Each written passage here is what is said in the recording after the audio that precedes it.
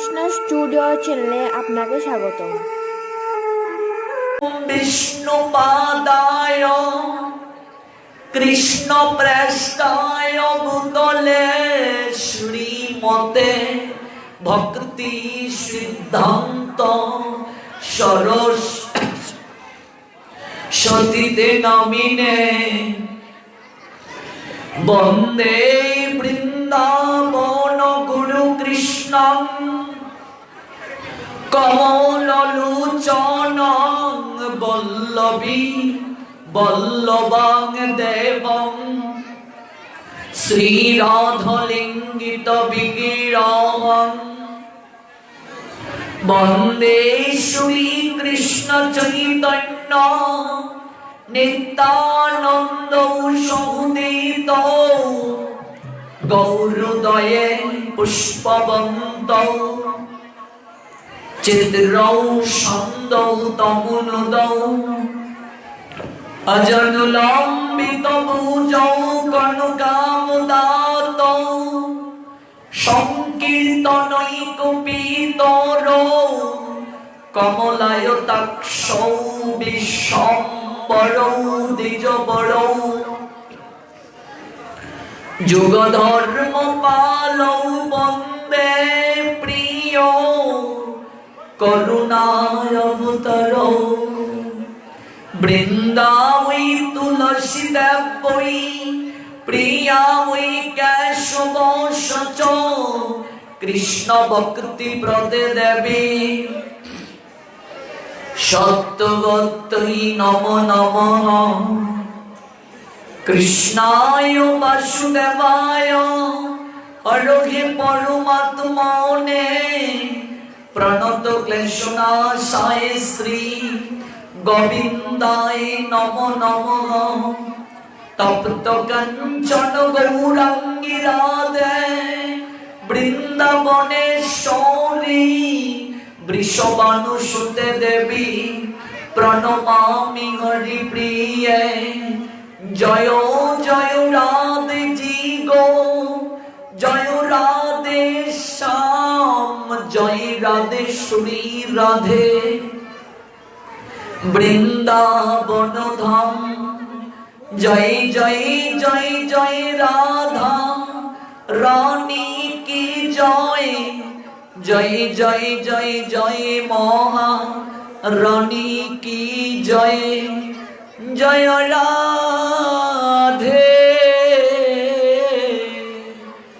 রাধে রাধে জয় রাধে রাধে জয় রাধে রাধে রাধে জয় রাধে রাধে জয় রাধে রাধে রাধে জয় রাধে রাধে জয় রাধে রাধে রাধে জয় রাধে রাধে জয় রাধে রাধে রাধে জয় রাধে রাধে জয় রাধে রাধে জয় রাধে রাধে রাধে রাধে জয় রাধে রাধে জয় রাধে রাধে জয় রাধে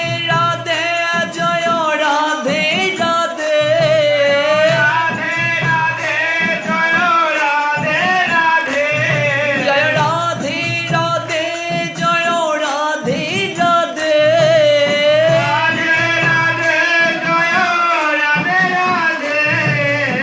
রাধে রাধে জয় রাধে রাধে রাধে রাধে জয় রাধে রাধে রাধে রাধে জয় রাধে রাধে জয় রাধে রাধে রাধে জয় রাধে রাধে জয় রাধে রাধে রাধে জয় রাধে রাধে জয় রাধে রাধে রাধে জয় রাধে রাধে তুমি শ্যাম সোহাগ সোহাগিনী রাধে রাধে সুহাগে সুহাগিনী রাধে রাধে তুমি শ্যাম বিরহে বিরহিনী রাধে রাধে শ্যাম বিরহে বিরহিনী রাধে রাধে স্বামী কলঙ্কে কলঙ্কিনী রাধে রাধে কলঙ্কে কলঙ্কিনী রাধে রাধে তুমি শ্যাম বিচ্ছেদে বিচ্ছেদিনী রাধে রাধে বিচ্ছেদে বিচ্ছেদিনী রাধে রাধে তুমি স্বামী গৌরবে গৌরবিনী রাধে রাধে গৌরবে গৌরবিনী রাধে রাধে শ্যাম আল্লাধে আল্লাদিনী রাধে রাধে মালা দে আল্লাহ দিনী রাধে রাধে জয় রাধে রাধে রাধে জয় রাধে রাধে জয় রাধে রাধে রাধে জয় রাধে রাধে জয় রাধে রাধে জয় রাধে রাধে রাধে রাধে জয় রাধে রাধে জয় রাধে রাধে জয় রাধে রাধে রাধে রাধে জয় রাধে রাধে রাধে রাধে জয় রাধে রাধে রাধে রাধে জয় রাধে রাধে জয় রাধে রাধে রাধে জয় রাধে রাধে জয় রাধে রাধে রাধে জয় রাধে রাধে জয় রাধে রাধে রাধে জয় রাধে রাধে জয় রাধে রাধে রাধে জয় রাধে রাধে তুমি অষ্ট সখীর শিরোমণি রাধে রাধে অষ্ট সখীর শিরোমণি রাধে রাধে অষ্ট সখীর শিরোমণি রাধে রাধে অষ্ট সখীর শিরোমণি রাধে রাধে তুমি কুঞ্জে কুঞ্জে বিলাসিনী রাধে রাধে তুমি কুঞ্জে কুঞ্জে বিলাসিনী রাধে রাধে তুমি ব্রজের মুকুটমণি রাধে রাধে ব্রজের মুকুটমণি রাধে রাধে ব্রজের ব্রজেশ্বরী রাধে রাধে ব্রজের ব্রজেশ্বরী রাধে রাধে তুমি ব্রজের ব্রজেশ্বরী রাধে রাধে ব্রজের ব্রজেশ্বরী রাধে রাধে জয় রাধে রাধে রাধে জয় রাধে রাধে জয় রাধে রাধে রাধে জয় রাধে রাধে রাধে রাধে জয় রাধে রাধে রাধে রাধে জয় রাধে রাধে ব্রহ্ম বৈবর্ত পুরাণে কৃষ্ণ জন্মখণ্ডে লিখিত আছে রা শব্দং কুর্ব তস্তোত্র দদামি ভক্তিমুত্তমাম ধা শব্দং কুর্ব তো পশ্চাৎ জামি শ্রবণ লুবতঃ যে সেবন্তে চ দত্তা মামোপচারাংশ্চ সুরস যাবৎ জীবন পর্যন্তং নিত্য ভক্তা সুসংযুতাঃ যা প্রীতির মম জায়তে রাধা শব্দাত্ত তুহদিকা প্রিয়া নো মে তথা রাধে রাধা বক্তা ততুহদিকা ব্রহ্ম বৈবর্ত পুরাণ কৃষ্ণ জন্মখণ্ড সেই জায়গায় দুটো শ্লোকে বলা আছে রা শব্দং কুর্ব তস্তুস্ত্র দদামি ভক্তিমুত্তমাম যে ব্যক্তি কেবল রা শব্দটা উচ্চারণ করেন যে ব্যক্তি কেবল রা শব্দটি উচ্চারণ করেন ভগবান শ্রী গোবিন্দ বলছেন যে ব্যক্তি কেবল রা শব্দটি উচ্চারণ করে আমি ব্যগ্র হইয়া সেই ব্যক্তিকে উত্তম ভক্তি প্রদান করে থাকি ধা শব্দটি উচ্চারণ করার সঙ্গে সঙ্গে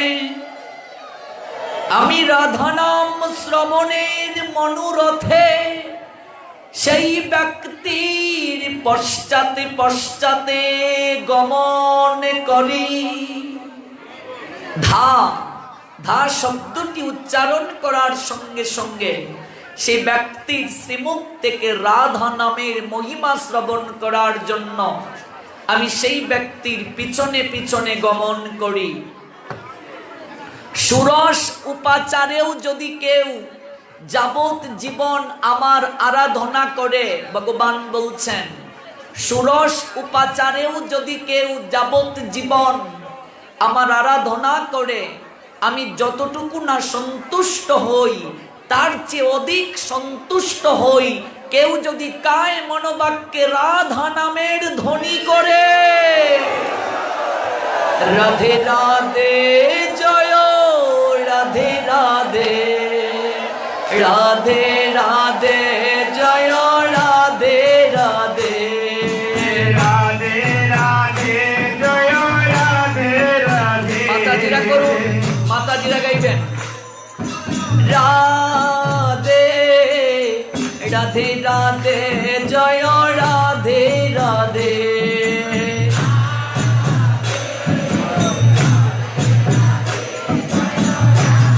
পিছনে যে সকল মায়েরা আছেন গান রাধে রাধে জয় রাধে রাধে। এবার কেবল বাবাজিরা গাইবেন, দেখি কে এগিয়ে আছেন। জয় রাধে রাধে রাধে জয় রাধে রাধে।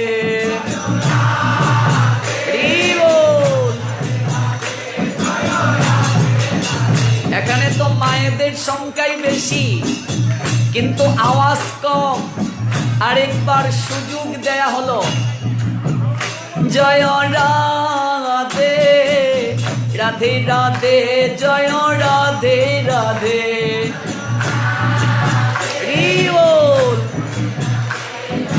সবাই গাইব জয় রাধে রাধে রাধে জয় রাধে রাধে। জয় রাধে রাধে রাধে জয় রাধে রাধে। জয় রাধে রাধে জয় রাধে রাধে। রাধে রাধে জয় রাধে রাধে। জয় রাধে রাধে জয় রাধে রাধে। রাধে রাধে জয় রাধে রাধে। রাধে রাধে জয় রাধে রাধে। রাধে রাধে জয় রাধে রাধে। জয় রাধে রাধে রাধে জয় রাধে রাধে। জয় রাধে রাধে রাধে জয় রাধে রাধে। ও রাধে রাধে রাধে রাধে রাধে রাধে রাধে ও শ্যামে রাধে শ্যামে রাধে। রাধে রাধে শ্যাম রাধে। ও রাধে রাধে শ্যামে রাধে। রাধে শ্যাম ও রাধে। রাধে জয় রাধে জয় রাধে জয় রাধে। জয় রাধে জয় রাধে রাধে জয় রাধে। তুমি বৃষবানু রাজনন্দিনী রাধে রাধে।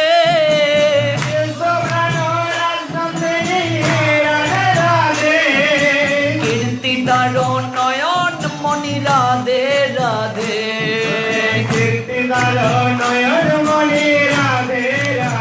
ও তুমি কীর্তিদার নয়ন মণি রাধে রাধে।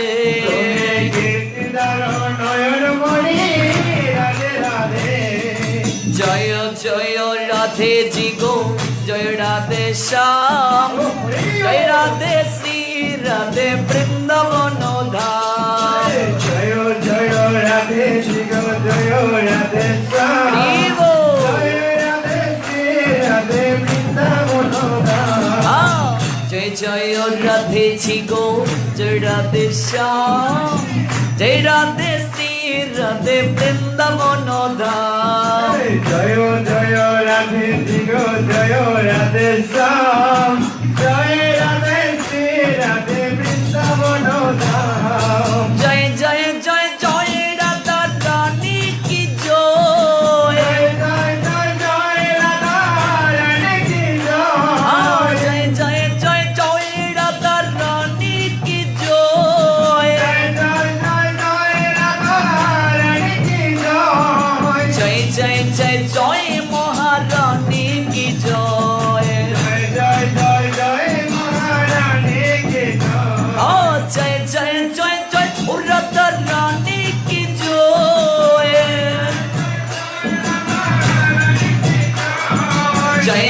জয় জয় মহারানী কি জয় রাধে জয় রাধে জয় রাধে জয় রাধে জয় রাধে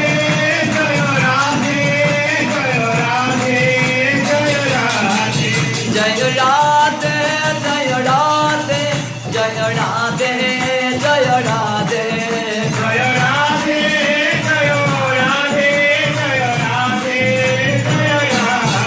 ভগবান বলছেন ষোড়শ উপাচার দ্বারা তার যাবত জীবন আরাধনা করলেও যতটুকু না তাকে সন্তুষ্ট করা যায় তার চেয়ে অধিক সন্তুষ্ট হন রাধা নামের মহিমা শ্রবণে। অর্থাৎ রাধা রানীকে এতটা উপরে স্থান দিয়েছেন ভগবান। তাই কেবলমাত্র মায়েরা হাত তুলুন, শুধু মায়েরা হাত তুলুন, শুধু মায়েরা, তারপর বাবাজিরা বলবেন রাধে রাধে রাধে রাধে রাধে রাধে রাধে রাধে রাধে রাধে শ্যামে রাধে রাধে রাধে শ্যামে রাধে। মায়েরা বলবেন রাধে রাধে, বাবাজিরা বলবেন শ্যাম শ্যাম। রাধে রাধে শ্যাম শ্যাম, রাধে রাধে শ্যাম শ্যাম, রাধে রাধে। সবাই হাত তুলুন। রাধে রাধে শ্যাম শ্যাম, রাধে রাধে শ্যাম শ্যাম, রাধে জয় রাধে জয় রাধে জয় Radhe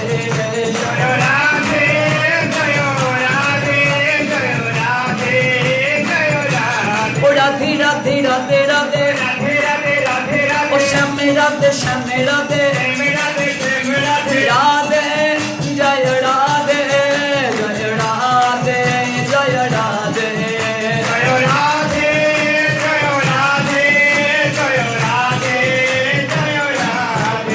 Hare Krishna Hare Krishna Krishna Krishna Hare Hare Hare Rama Hare Rama Rama Rama Hare Hare Krishna Krishna Krishna Hare Hare Hare Rama Hare Rama Rama Rama Hare Hare Hare Krishna Krishna Krishna Hare Hare Hare Rama Rama Rama Hare Hare Hare Krishna Krishna Hare Hare Hare Rama Rama Rama Hare Hare Hare Krishna Krishna Krishna Hare Hare Hare Rama Rama Rama Hare Hare Hare Krishna Krishna Krishna Hare Hare Hare Rama Rama Rama Hare Hare Krishna Krishna Krishna Hare Hare Hare Rama Rama Rama Hare Hare Hare Krishna Krishna Krishna Hare Hare Hare Rama Rama Hare এবার Hare সমর্পণ হবে। এটা হচ্ছে সমর্পণ। যাদের হাত আছে তারাই হাত তুলুন। নিতাই গৌর হরি বল হরি বল হরি বল হরি বল Hare Bol Hare Bol Hare Hari বল নিতাই গৌর হরি বল হরি বল হরি বল হরি বল Hare Bol Hare Bol Hare Bol Hare Bol Nitai Nitai Gour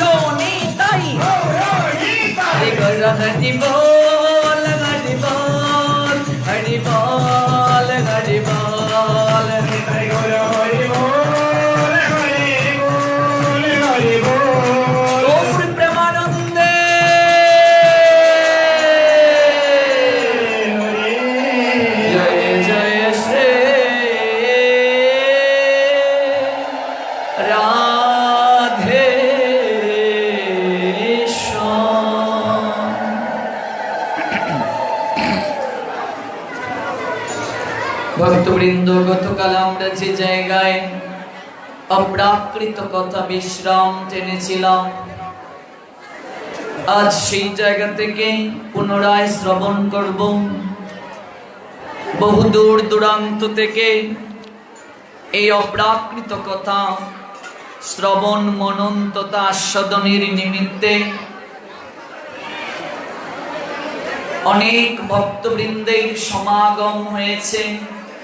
এই ব্রাহ্মণবাড়িয়া জেলার নাসির নগর উপজেলা শহরস্থ শ্রী শ্রী গৌর মন্দির প্রাঙ্গণে আজকের এই তৃতীয় রজনীতে আমি অবাচন আপনাদের প্রত্যেকের রাতুল রাঙ্গাচরণে বৈষ্ণব জ্ঞানে দণ্ডবোধ প্রণাম নিবেদন করছি। আমরা শুনছিলাম নিত্যানন্দ মহিমা কথা। গতকাল নিত্যানন্দ প্রভুর আবির্ভাব তিথি গিয়েছে। আমরা সেই সূত্র ধরে শুনছিলাম নিত্যানন্দ মহিমা কথা। প্রথম দিন আমরা শ্রীমদ্ ভগবত গীতা থেকে শুনেছিলাম। আমরা গতকাল চৈতন্য চরিতামৃত থেকে শুনেছি। আজও আমরা চৈতন্য চরিতামৃত থেকেই শুনবো, কারণ আমরা গৌর মন্দির প্রাঙ্গণে কথা শ্রবণ করছি। কলিযুগ পাবন অবতার পরমেশ্বর ভগবান শ্রীকৃষ্ণ চৈতন্য মহাপ্রভুর মন্দির প্রাঙ্গণে আমরা উপবেশিত হয়েছি। তাই এই মন্দিরে চৈতন্য চরিতামৃত আস্বাদন করাটাই শাস্ত্রসম্মত। কলির পাবন অবতার পরমেশ্বর ভগবান শ্রীকৃষ্ণ চৈতন্য মহাপ্রভু, আমরা শুনছিলাম গতকাল দুবার রঘুনাথ দাস গোস্বামী পাদকে ফিরিয়ে দিয়েছিলেন। অদ্বৈত লীলা নিকেতনে যখন রঘুনাথ দাস গোস্বামী পাদ মহাপ্রভুকে দর্শন করতে গিয়েছিলেন, বহুদিন থেকেই তিনি গৌর কথামৃত শুনেছেন, গৌরের মহিমা শুনেছেন। অন্তরটা তার গুমড়ে গুমড়ে কেঁদে উঠত গৌরকে দর্শন করার জন্য। কিন্তু যাবেন কিভাবে? কারণ তার পরিবার প্রতিবন্ধক হয়ে দাঁড়িয়েছেন। মহাপ্রভুর কথা শুনতে গেলে একটা সুন্দর পরিবেশ প্রয়োজন। গৌর কথা মানেই রস, আর রস আস্বাদন করতে গেলে নীরব পরিবেশ না থাকলে হয় না। গৌর কথা মানেই প্রেম, প্রেমে ভরপুর টইটুম্বুর। গৌর কথা শুনলে অন্তর বিগলিত হয়ে যায়। এই জন্য কমিটি বৃন্দের কাছে অনুরোধ, পরিবেশটা যেন আমরা নীরব রাখি। গৌর কথা শ্রবণ করতে গেলে আমাদেরকে কায় মনোবাক্যে শুনতে হবে। অন্তরটা গুমড়ে গুমড়ে কেঁদে উঠছে রঘুনাথের। কারণ কি? কারণ হরিদাস ঠাকুর তাকে অপ্রাকৃত কৃপা করে দিয়েছেন। মাত্র তার 6 বছর বয়স যখন ছিল, আমরা গতকাল শ্রবণ করেছি, তখনই বলরামাচার্যের গৃহে, অর্থাৎ রঘুনাথের কুল গুরুদেব, তাদের পিতা এবং জেঠার কুল গুরুদেব, সেই বলরামাচার্যের গৃহে হরিদাস ঠাকুরের মতো একজন উত্তম অধিকারী বৈষ্ণবের সাহচর্য পেয়ে তার হৃদয়ে ভক্তি জাগ্রত হয়ে গিয়েছিল, বৈরাগ্য জাগ্রত হয়ে গিয়েছিল। সংসারে ফিরে আসলেন ঠিকই মা, কিন্তু তার অন্তরে বৈরাগ্যের বীজ বপন হয়ে গিয়েছিল। সংসার তাকে ধরে রাখতে পারে না, যার হৃদয়ে মাঝে বৈরাগ্য জেগে যায়। সংসারের প্রতিবন্ধকতা তাকে ধরে রাখতে পারে না।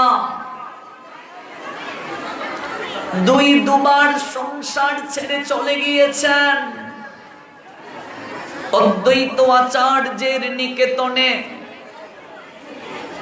চৈতন্য মহাপ্রভুকে প্রথম যেদিন দর্শন করলেন, চরণে জড়িয়ে ধরে কহিছে প্রকাশী। চরণ দুটি জড়িয়ে ধরে আকুল সুরে ক্রন্দন করছেন রঘুনাথ। কেন ক্রন্দন করছেন? হে প্রভু, এই সংসার বিষানলে দিবানিশি হিয়া জ্বলে। সংসারটা একটা অগ্নিকুণ্ড গো মা। এই সংসারে কেউ সুখী নেই।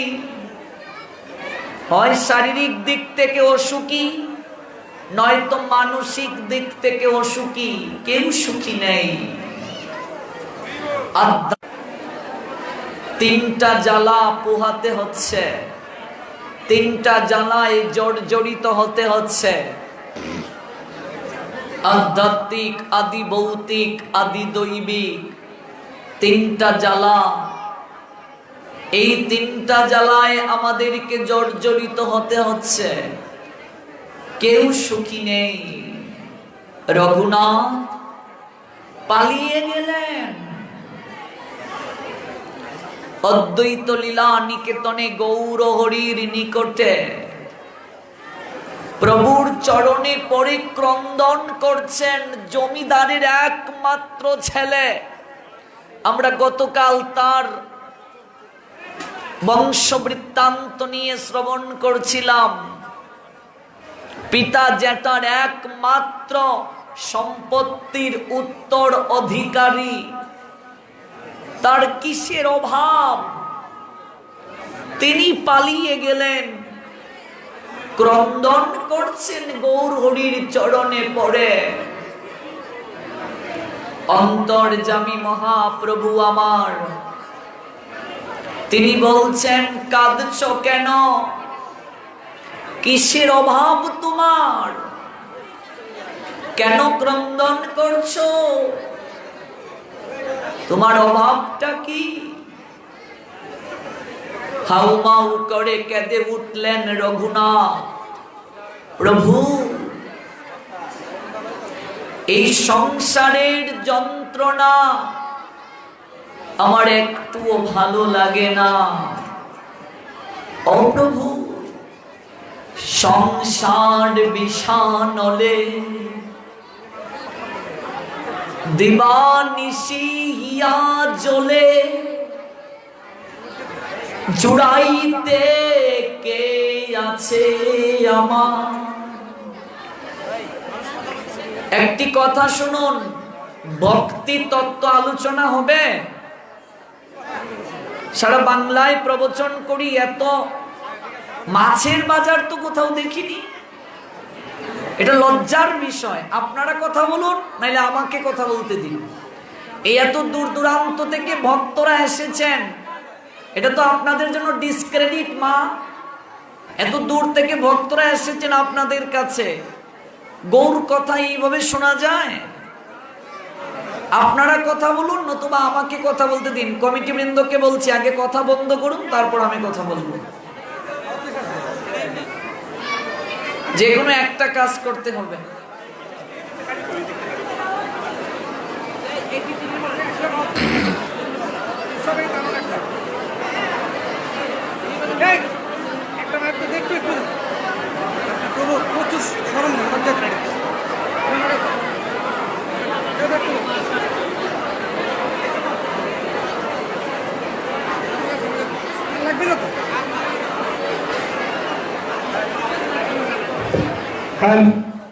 সুদীর্ঘ ভক্তবৃন্দ, আপনাদের কাছে আমরা হাত জোর করে অনুরোধ করতেছি,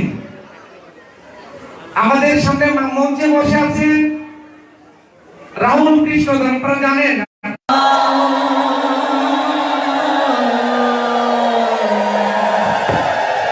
প্রেমানন্দে হরি হরি বলো মম। জয় জয় শ্রী রাধে শ্যাম। আমরা সবাই নীরব সহকারে শুনবো। আপনাদের কাছে অনুরোধ করে বলছি, এর চেয়ে 3 গুণ ভক্ত সিংহগ্রাম হয়েছে, কিন্তু একটু কথাও তো হয়নি। আপনাদের এখানে 1000 ভক্ত, এর চেয়ে আরো কয়েক হাজারের উপরে ভক্ত সিংহগ্রাম হয়েছে, একটুও কথা নেই। এত প্রেম হয়েছে আলোচনায়, একটা পরিবেশ প্রয়োজন। কায় মনোবাক্যে শ্রবণ করুন। এত মধুর কথা, এগুলো গৌর কথা। আমরা গৌর মন্দিরে এসেছি, যদি তার মহিমা না শুনি তাহলে তো গৌর চরণে অপরাধ হবে। আমরা এখানে কৃপা লাভ করতে এসেছি, অপরাধের বোঝা স্কন্ধে চাপানোর জন্য নয়। অনুগ্রহ করে সবাই, সবার চরণে আমি অনুরোধ করে বলছি, আপনারা কায় মনোবাক্যে শ্রবণ করেন। বলছিলাম সেই কথা, রঘুনাথ দাস গোস্বামী পাদ গৌর হরির চরণে পতিত হয়ে ক্রন্দন করছেন আকুল সুরে। প্রভু বলছেন, কাঁদছো কেন? প্রভু গো, সংসার বিষানলে দিবানিশি হিয়া জলে, জুড়াইতে কে আছে আমার? সংসার বিষানলে দিবানিশি হিয়া জ্বলে, অন্তর দিবানিশি জ্বলছে, জুড়াইতে কে আছে আমার? এই অগ্নি কে নির্বাপন করবে? ওহরে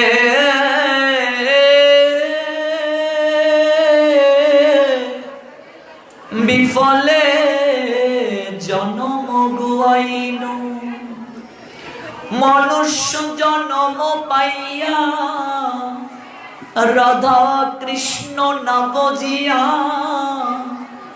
জানিয়া শুনিয়া বিষ খাইনু।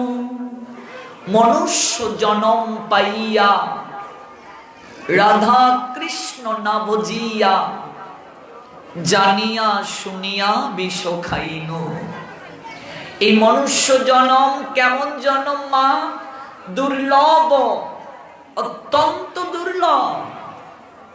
সেই দুর্লভ মনুষ্য জীবন পেয়ে বলছেন, রাধা কৃষ্ণ না বুঝিয়া, রাধা কৃষ্ণের ভজনা করতে পারলাম না, জানিয়া শুনিয়া বিষ খাইনু। জেনে শুনে বিষ গ্রহণ করলাম। মনুষ্য জনম পাইয়া রাধা কৃষ্ণ না বুঝিয়া, জানিয়া শুনিয়া বিষ খাইনু।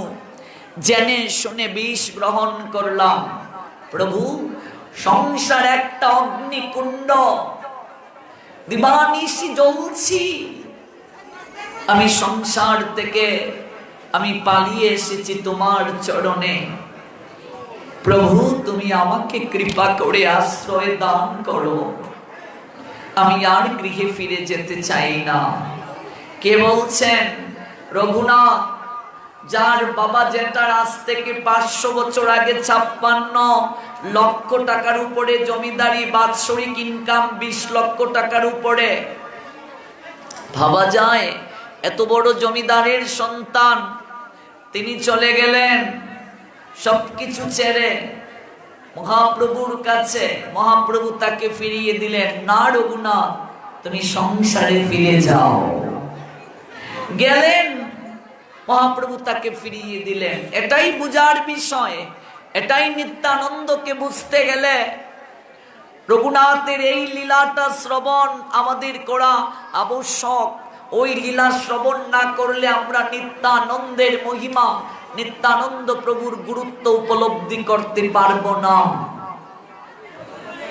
ঘরে পাঠিয়ে দিলেন, দ্বিতীয়বার আবার পালিয়ে গেলেন। সুযোগ পেলেই তিনি পালিয়ে যান, পালিয়ে গেলেন অদ্বৈত লীলা নিকেতনে পালিয়ে গেলেন।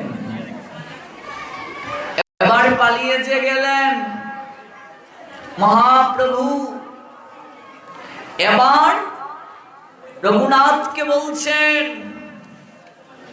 মর্কট বৈরাগ্য না করিও লোক দেখাইয়া, যথা যোগ্য বিষয়ে পুঞ্জ অনাসক্ত হইয়া। মর্কট বৈরাগ্য না করিও লোক দেখাইয়া। বৈরাগ্যের মাঝে প্রকার আছে গো, বৈরাগ্যের প্রকার বেদ রয়েছে।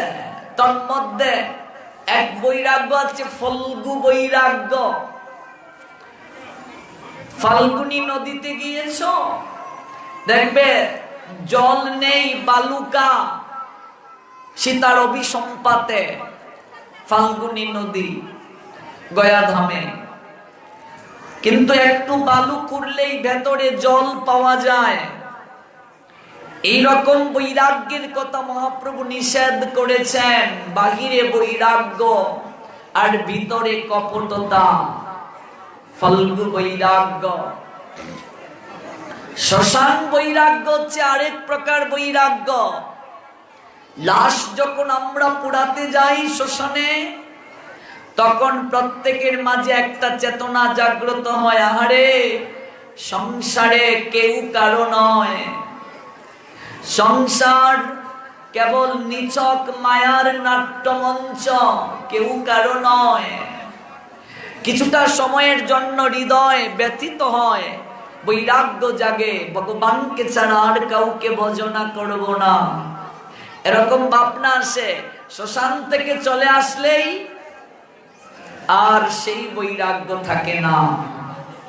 সংসারে আসলেই আবার সেই মায়া আমাদেরকে গ্রাস করে ফেলে। এটা শ্মশান বৈরাগ্য। এই বৈরাগ্যের স্থায়িত্ব নেই।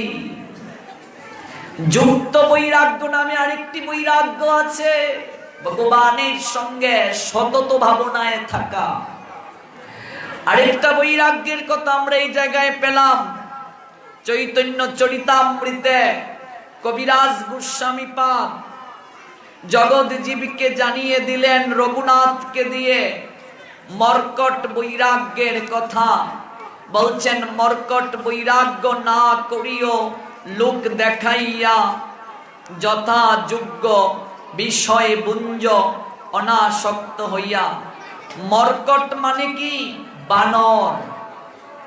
বানর বানর দেখবেন সারাদিন যদি ঝগড়াও করে, ঘুমানোর সময় জড়িয়ে ধরে ঘুমাবে।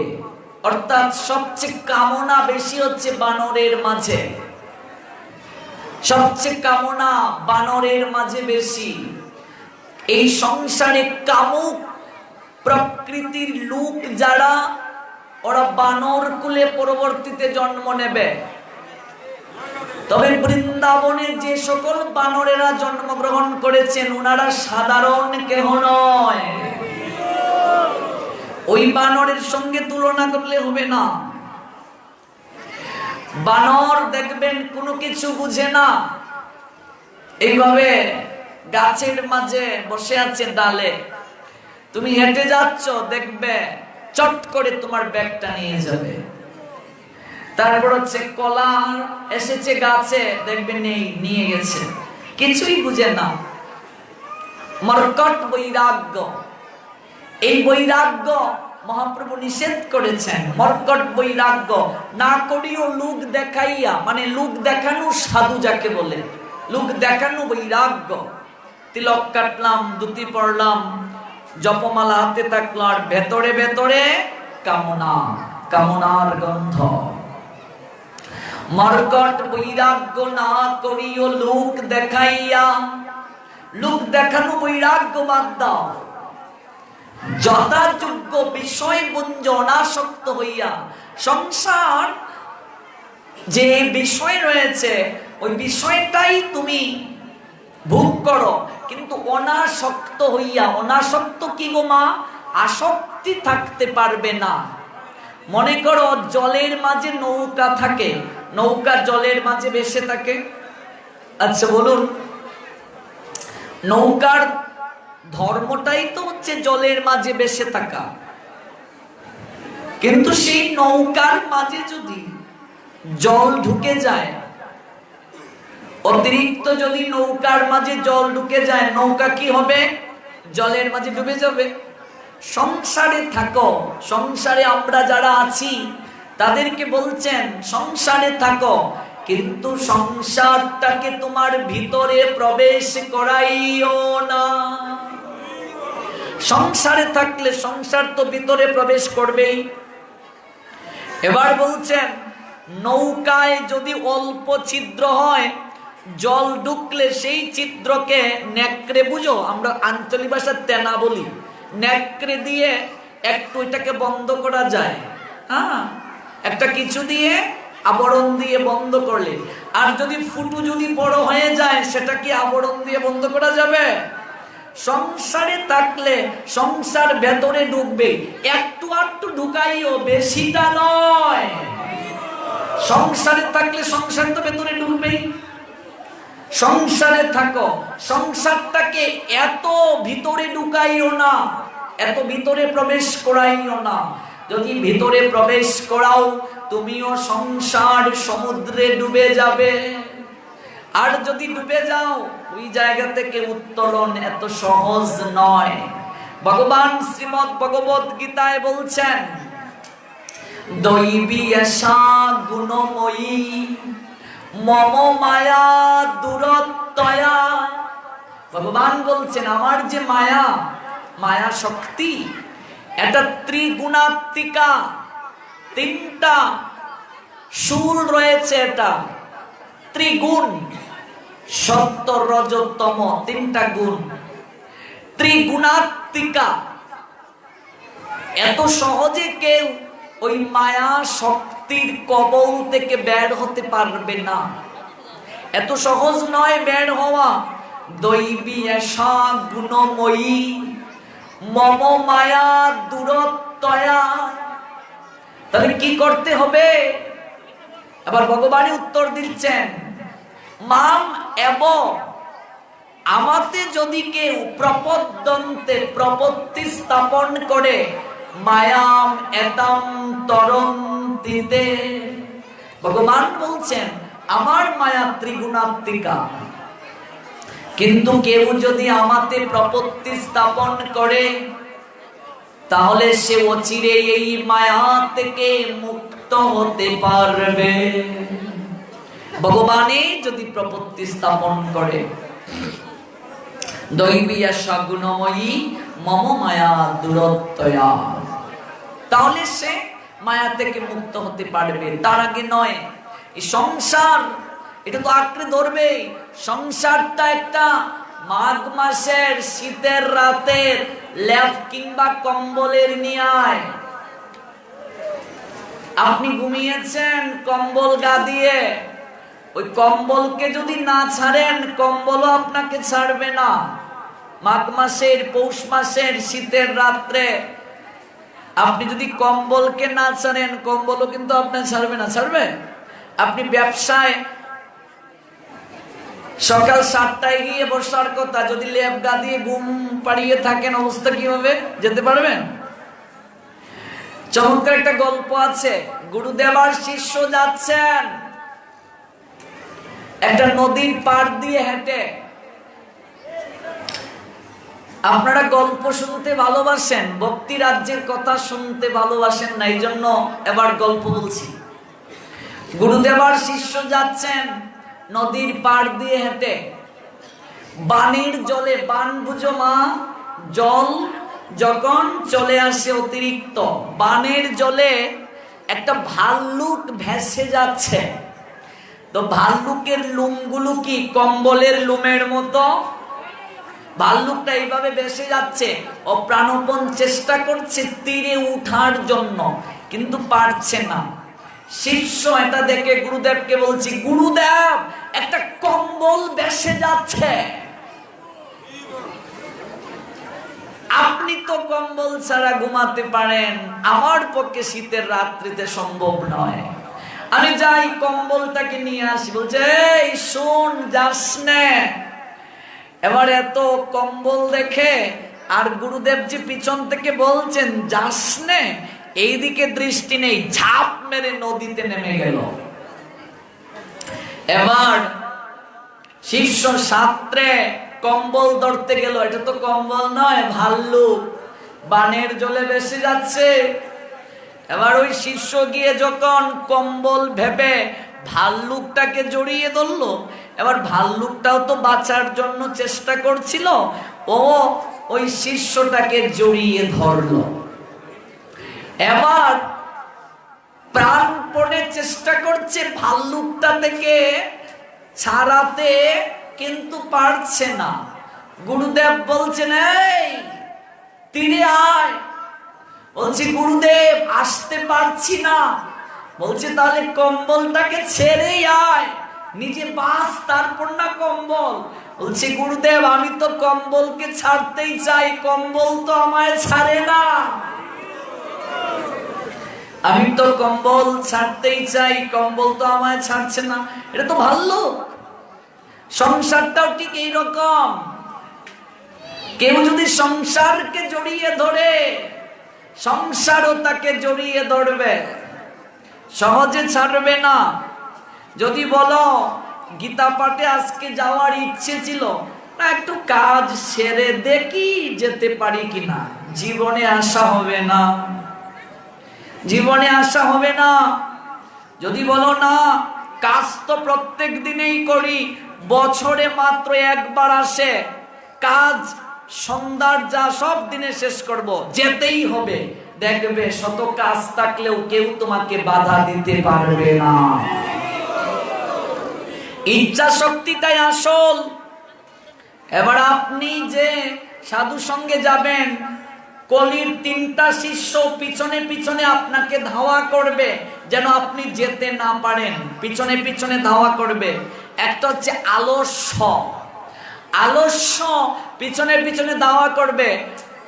এসে একজন বলবে রে পরেশের মা গীতা পাঠে যাবে, আমারও যাওয়ার ইচ্ছে ছিল, আচ্ছা দেখি আমার জন্য ওয়েট করিস। এবার পরেশের মার জন্য ওয়েট করতে করতে পাঠ শুরু।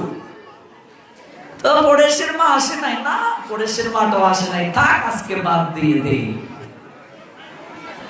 আলস্য। অনেকেই বলছেন এখনো তো শুরু হয় নাই, একটু পরেই যাই। তারপর আসলেন, পুরো মন্দির ভরে গেল, কোথায় বসবে? এবার শুরু হয়ে গেছে, এই একটু আমার জায়গা দে, একটু আমার জায়গা দে। এগুলো তো তিনি বলছেন না মা, কলির শিষ্য তাকে দিয়ে বলাচ্ছে। ভালো করে বুঝো কথা। ভগবানের কথা যখন শুরু হবে, কলির তিনটা শিষ্য পিছনে পিছনে দৌড়বে তোমার, যেন তোমাকে কথা শ্রবণে ব্যাঘাত ঘটানো যায় কিনা। একটা আলস্য, আলস্য। একটা কি নিদ্রা। দেখবে অনেকেই আছে এক জায়গায় পাঠে গেলাম, হঠাৎ দেখি রিবল। আমি তো ভেবেছি ইনস্ট্রুমেন্টের প্রবলেম, দেখি না নাক ডাকছে। একজন মা পাশে বসে নাক ডাকছে। এবার দেখবে ঠিক ঠিক বলছি তো, গীতা পাঠে এসে অনেকে ঘুমায়। ওই কলির আরেকটা শিষ্য তার ঘাড়ে বসে গেছে। কলির শিষ্যগুলো সুযোগ খুঁজে কার ঘাড়ে বসবে। আর 3 নম্বর শিষ্য, এটা অত্যন্ত খারাপ, আন কথা। যারা আন কথা বলছে, মুখ দিয়ে অন্য কথা বের হচ্ছে, বুঝতে হবে কলির শিষ্য তার ঘাড়ে বসে গেছে। এখন আমি 30 সেকেন্ড দেখবো কার ঘাড়ে কলির শিষ্য। কেউর ঘাড়ে নাই। 30 সেকেন্ড মায়েদের দিকে দেখি কার ঘাড়ে কলির শিষ্য। এরকম কথা হলে তো গৌর কথা আস্বাদন করাই যায়, এরকম পরিবেশ হলে। আচ্ছা বাবাজিদের দেখি এইদিকে কারো ঘাড়ে কলির শিষ্য আছে কিনা আন কথা। আপনারা সবাই মহাপ্রভুর প্রেমিক ভক্ত। তাহলে এই যে তিনটা শিষ্য এখন হয়তো সুযোগ পাচ্ছে না, কিন্তু ও কিন্তু সুযোগ ছাড়বে না, পিছনে পিছনে থাকবে। যখনই সুযোগ পাবে ঘাড় মটকে দেবে। আলস্য, নিদ্রা, কলহ। কলহ মানে আন কথা, অতিরিক্ত কথা থেকে ঝগড়া হয়, এটা কলির শিষ্য। এই তিনটা শিষ্যকে দূর করতে হবে কিভাবে? শাস্ত্র বলছেন মাঝে মাঝে উলুধ্বনি, হরিধ্বনি করতে হবে।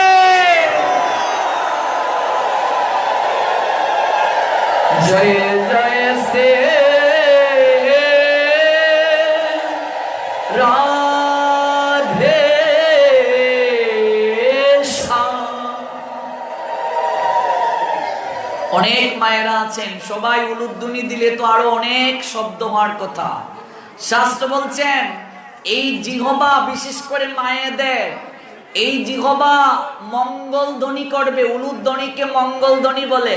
সবচেয়ে উত্তম হচ্ছে 5 বার উলুধ্বনি করা, এটা জানেন তো?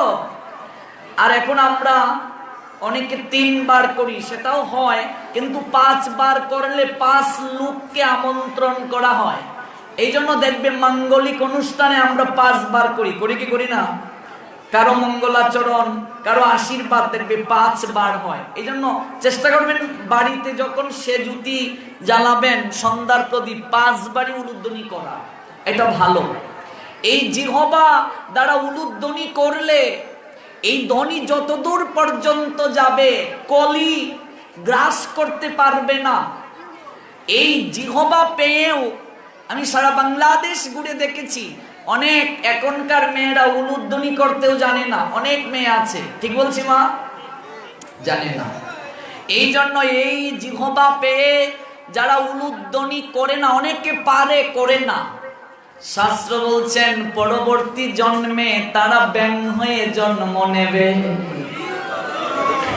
ঘরের কোণে দেখবে ব্যাং অতিরিক্ত ডাকাডাকি করে, করে কি করে না? কাক কাক কাক কাক কাক।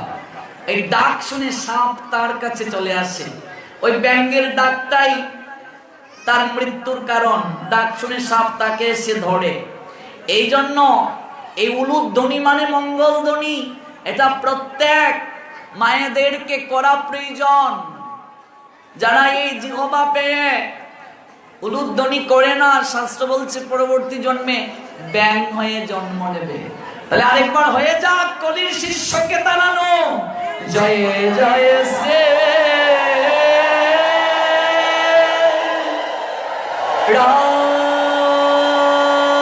রাধে রাধে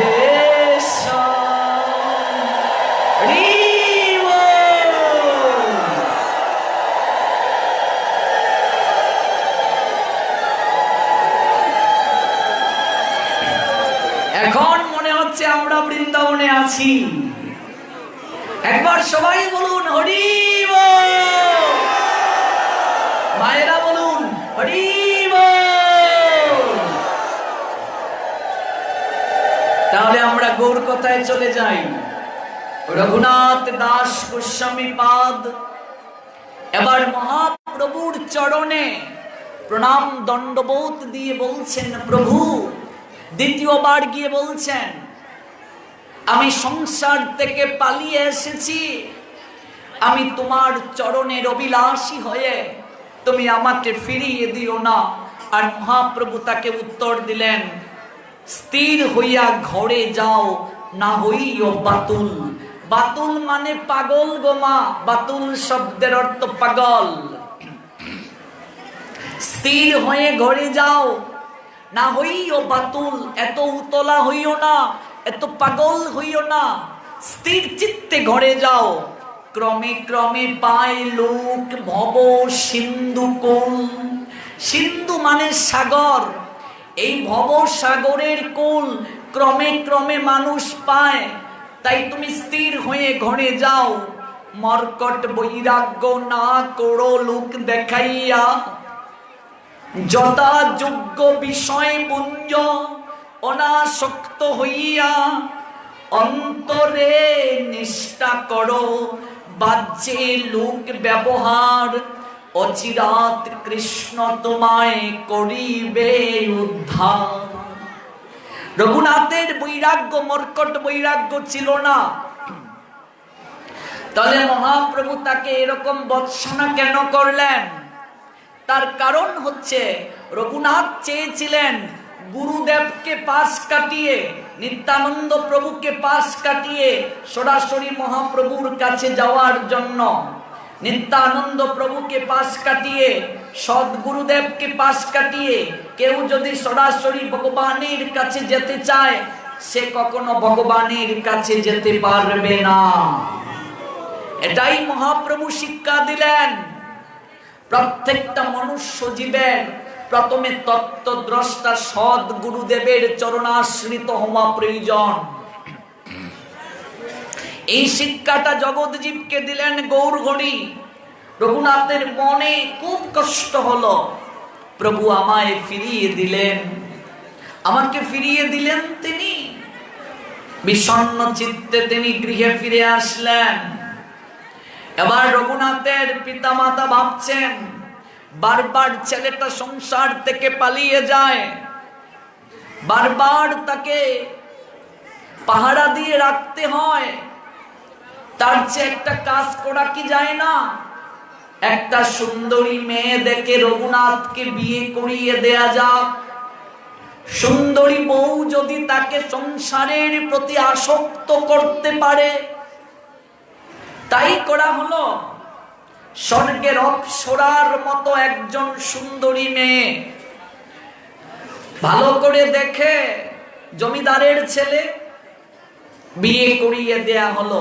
সে অনেক লীলা, আমরা এত দূর যাচ্ছি না। রঘুনাথের বিবাহের লীলা, বিবাহের সময় তার মনের অবস্থা কি ছিল, সে অনেক লীলা শাস্ত্র আছে এগুলো। কিন্তু আমরা কেবল নিত্যানন্দ প্রভুর করুণাটা বুঝানোর জন্য আস্বাদন করছি। রঘুনাথ বিবাহ করলেন বটে, কিন্তু তার হৃদয় একটুও স্ত্রীর প্রতি নিবদ্ধ নয়, সংসারের প্রতি নিবদ্ধ নয়। এবার এই দৃশ্য দেখে রঘুনাথের মা ভাবছেন, একটা সুন্দরী মেয়ে দেখে ছেলেটাকে বিয়ে করিয়ে দিলাম, ওই মেয়েটা যেন সংসারের প্রতি আসক্ত করতে পারে। ওই মেয়েটাও ব্যর্থ হয়ে গেল। কি আর করা যায়? তাকে বন্দি অবস্থায় রাখা প্রয়োজন। 11 জন পাহারাদারকে নিযুক্ত করা হলো মা। 11 জন পাহারাদার, তাদের কর্তব্য কি? সর্বদা রঘুনাথকে চুকে চুকে রাখা। এই যে সরগোস্বামী পাদের একজন রঘুনাথ, আমরা প্রতিদিন যার চরণ বন্দনা করি, শ্রীরূপ শ্রী সনাতন ভট্ট রঘুনাথ, শ্রীজীব গোপাল ভট্ট দাস রঘুনাথ, ওই রঘুনাথ দাসের কথা আমরা শুনছি। এই 6 গোসাইরি করি চরণ বন্দন, যাহা হতে বিঘ্ন নাশ অবিষ্ট পূরণ। 11 জনের মাঝে 5 জন পাইক, 4 জন সেবক আর 2 জন ব্রাহ্মণ, এই হচ্ছে 11 জন। কেন রাখলেন? পাইক ওরা কি সর্বদা দাঁড়িয়ে থাকবে, দেখবে রঘুনাথ কোথায় যায়, কি করে। সেবক রাখলেন 4 জন, তার কখন কি প্রয়োজন? স্নান প্রয়োজন, খাওয়া প্রয়োজন, ঘুম প্রয়োজন, সব সেবকেরা করবে। আর 2 জন ব্রাহ্মণ, ওরা শুধু মডিফাই করবে সংসারের প্রতি কিভাবে আসক্ত করানো যায়। 11 জন, চিন্তা করে দেখুন। ইন্দ্র সম ঐশ্বর্য, এত বড় জমিদারি, 20 লক্ষ বাৎসরিক ইনকাম, বাপ যেটার একমাত্র ছেলে, আজকে এই অবস্থায় তাকে রাখা হলো। সুন্দরী বউ যার গড়ে, এই অবস্থায় রাখা হলো। কতটা কৃষ্ণ প্রেম হৃদয় মাঝে জাগ্রত, যার কারণে আজকে হৃদয় মন্দিরে প্রত্যেকের পুজোর আসনে আছেন। এত সহজ নয়, এত সহজ নয় মহাপুরুষ হওয়া, প্রত্যেকের আদর্শ হওয়া এত সহজ নয়। 11 জন পাহারাদার সর্বদা আছে। বন্দি জীবন মনে হচ্ছে রঘুনাথের। খাঁচায় পাখিকে যেমন বন্দি করে খাবার দাবার দেয়া হয়, ওই পাখিটার মনে কি শান্তি থাকে মা? এই যে এখন ইকুয়ারিয়ামে দেখে মাছ রাখা হয় না? এটা কি তার কি এটা জায়গা? মাছের জায়গা নদীর মাঝে আপনি ঘরে বন্দি করে রাখলেন কাছের ভিতরে, অক্সিজেন দিচ্ছেন আপনি ইনস্ট্রুমেন্ট দ্বারা, তার তো শান্তি এখানে নয়। মণিগণ, মণি বা মণি মানে মাছ, ফণি, ফণি মানে সাপ। সাপকে যদি খাঁচায় বন্দি করে রাখো, বক্সের ভিতরে সাপুরেরা সাপকে বন্দি করে তারপর ইচ্ছে মতো বের করে তারপর খেলা দেখায়, সাপের কি এই বক্সের ভিতরে থাকাটা ভালো লাগে? পাখিকে আমরা খাঁচার মাঝে বন্দি করি, আমরা পাখি পুষি, পাখি কিন্তু একটুও খাঁচায় বন্দি থেকে সে কখনো আনন্দ অনুভব করে না। প্রত্যেকের একটা স্বাতন্ত্র বোধ রয়েছে। রঘুনাথের এই জীবনটা দুর্বিষহ মনে হচ্ছে। এত টাকা পয়সা অর্থ দিয়ে কি হবে যদি স্বাধীনতা না থাকে, স্বাতন্ত্র বোধ না থাকে? 11 জন তার পিছনে পিছনে সর্বদা আছে, সব সময় তাকে চুকে চুকে রাখা হয়। এরপরও সুযোগ খুঁজেন ঘর থেকে বের হয়ে পালিয়ে যাওয়ার জন্য, মাঝে মাঝে সুযোগ খুঁজেন। যখন প্রহরীরা ঘুমিয়ে পড়ে, রঘুনাথ এই ফাঁকে রাতের আধারে ঘর ছেড়ে পালিয়ে যান, আবার সবাই তাকে ধরে নিয়ে আসে। এইভাবেই চলছে কিছুটা দিন। ঘুমের ঘুরে চিৎকার করে রঘুনাথ উঠেন, কৃষ্ণ কৃষ্ণ বলে চিৎকার করে উঠেন। তার প্রত্যেকটা লুমকুপে যন্ত্রণা অনুভূত হয়। যে মেয়েটাকে বিয়ে করিয়ে আনা হলো, ওই মেয়েটা এসে আরো বিপদে পড়ে গেল। রঘুনাথের মা ভাবছেন, এত সুন্দরী একটা মেয়েকে বিয়ে করিয়ে আনলাম, ওই মেয়েটার জীবনটাকে তো আরো দুর্বিষহ করে তুললাম আমি। আমার ছেলে ঘুমের ঘুরে চিৎকার করে উঠে। তাই একদিন রঘুনাথের মা ভাবছেন, আমি নিজে গিয়ে তাকে জিজ্ঞেস করব তার শেষ ইচ্ছা কি। ঘুমের ঘুরে চিৎকার করে উঠেন রঘুনাথ। রঘুনাথের মা রঘুনাথের নৈকট্যে গেলেন, তাকে কাছে বসালেন। বাবা, আমি তোর গর্ভধারিণী মা। সন্তান যদি কারো কাছে কিছু নাও বলতে পারে, বাবার কাছেও যদি কিছু বলতে না পারে, মায়ের কাছে অকপটে বলতে পারে। ঠিক বলছি তো? মায়ের কাছে অকপটে বলা যায় অনেক কিছু, যা বাবার কাছেও বলা যায় না। কারণ মায়ের সঙ্গে সন্তানের সম্পর্কটা এক অন্যরকম সম্পর্ক, একটা নারীর সম্পর্ক থাকে। এই জন্য দেখবে বাবার থেকেও মায়ের প্রতি অনেক সন্তানেরা দুর্বল বেশি থাকে। আমি তোর মা হই, আমার কাছে বল তোর দুঃখটা কোন জায়গায়। পুত্র, আমি তোকে 10 মাস 10 দিন গর্ভে রেখেছি, তুই এইভাবে ঘুমের ঘুরে চিৎকার করে উঠিস। এত সুন্দরী একটা মেয়ে তোকে বিয়ে করিয়ে দিলাম, ওই মেয়েটা নীরবে নিবৃতে কাঁদে। আমি কি করে তার দুঃখটা আমি তোকে উপলব্ধি করাই বাবা। আমাদের কিসের অভাব আছে বল? এত বড় জমিদারি, তোর তো কিছুরই অভাব নেই। ঘরের সুন্দরী বউ, 11 জন পাহারাদার দিয়ে তোকে বন্দি করে রাখা হচ্ছে। কেন পুত্র? তুই আমার একমাত্র পুত্র, বল না তোর কিসের অভাব? একটিবার আমাকে বল, আমি কত গরিব কাঙ্গাল, তাদের দুঃখ দূর করি।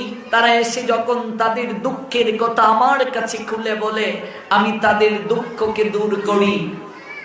আর তুই আমার একমাত্র পুত্র, তুই যদি এমন করে ক্রন্দন করিস, তুই যদি এমন ভাবে পাগলামি করিস, আমি কিভাবে প্রাণ দেহের মাঝে ধরে রাখি বল পুত্র, একটি বার খুলে বল তোর দুঃখটা কি। আমি কথা দিলাম তোর দুঃখ আমি দূর করব। কারো হৃদয় মাঝে যদি দুঃখ থাকে, কেউ যদি এইভাবে সান্ত্বনা দেয়, দেখবেন সঙ্গে সঙ্গে দুঃখটা আরো বেড়ে যায়, যায় না? দেখবেন ছোট আগুনে অল্প আগুন হচ্ছে, একটু যদি বাতাস হয় নিভে যেতে পারে, আবার যদি বাতাস হয় বড় আগুনে, বড় বাতাসে আগুন বৃদ্ধি হয়ে যায়, ধাউ ধাউ করে জ্বলে উঠে। রঘুনাথের মা যখন গিয়ে বললেন, রঘুনাথ হাউ মাউ করে ক্রন্দন করে তার মাকে জড়িয়ে ধরলো। তুমি না মা, তুমি বুঝো না আমার দুঃখটা কোথায়? তুমি না আমায় গর্ভে ধারণ করেছো, বাবা না বুঝতে পারে, জ্যাঠা বুঝতে না পারে, তুমি তো বুঝার কথা। তুমি রাজমাতা, তুমি গরিব কাঙ্গালের দুঃখ দূর করো, আমাকে বলছো আমার দুঃখ তুমি দূর করবে। মা, আমি যখন চোখ বুঝি কে যেন আমাকে ডাকে, রঘু রে, আরে ও রঘু, আরে কতদিন সংসারে পড়ে থাকবে রে? ওরে, ওই সংসারের মায়ার বন্ধনে আবদ্ধ হওয়ার জন্য তোর জন্ম হয়নি রে। তোর জন্ম হয়েছে জগৎ জীবীকে কৃষ্ণ প্রেম ভিক্ষা শিখানোর জন্য। তোর জন্ম হয়েছে জগৎ জীবীকে কৃষ্ণ ভক্তি শিক্ষা দেওয়ার জন্য। রঘু, আর কতদিন সংসারের মায়ার বন্ধনে আবদ্ধ থাকবে? বিশ্বাস করো মা, আমি যখন ঘুমোতে যাই, কে যেন আমাকে ভিতর থেকে আমাকে এই কথাগুলো শোনায়, কে যেন আমাকে ডাকে মা। আমি চোখটা খুলে তাকে আর খুঁজে পাই না। মা, আমি কি খাঁচায় বন্দি পাখির নিয়ায়? আমার স্বাতন্ত্র বোধ বলে কিছু নেই। 11 জন পাহারাদার দিয়ে তোমরা আমায় বন্দি করে রেখেছো। মা, দেহটাকে বন্দি করে রাখা যায় গো, কিন্তু এই মনকে বন্দি করে কোনো কিছু দিয়ে রাখা যায় না। সংসারে অর্থবিত্ত বৈভব এগুলো ক্ষণস্থায়ী, তোমার রাজত্ব ধন সম্পদ ক্ষণস্থায়ী, এগুলোকে লুক দিয়ে পাহারা দিয়ে রাখা যায়, কিন্তু মনের উপর কখনো পাহারা দিয়ে রাখা যায় না। মা, তুমি যদি আমার কল্যাণ চাও, তুমি আমাকে গৌর হরির কাছে যাওয়ার ব্যবস্থা করে দাও।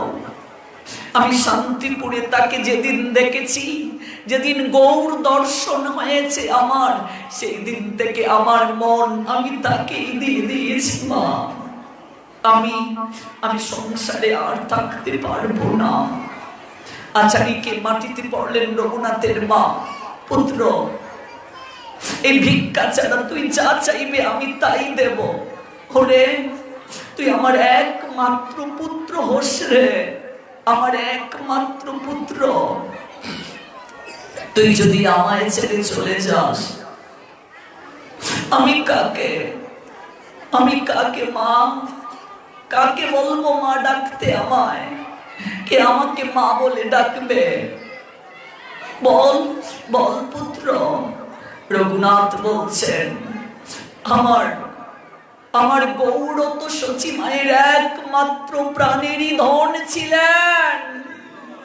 বিশ্বরূপ যেদিন চলে গেলেন গৌর হরির জ্যেষ্ঠ ভ্রাতা, সেদিন সচি জননী কেঁদে কেঁদে মহাপ্রভুকে বলেছিলেন, বাবা নিমাই, ওরে, তোর দাদা বিশ্বরূপ আমাকে ছেড়ে চলে গেল।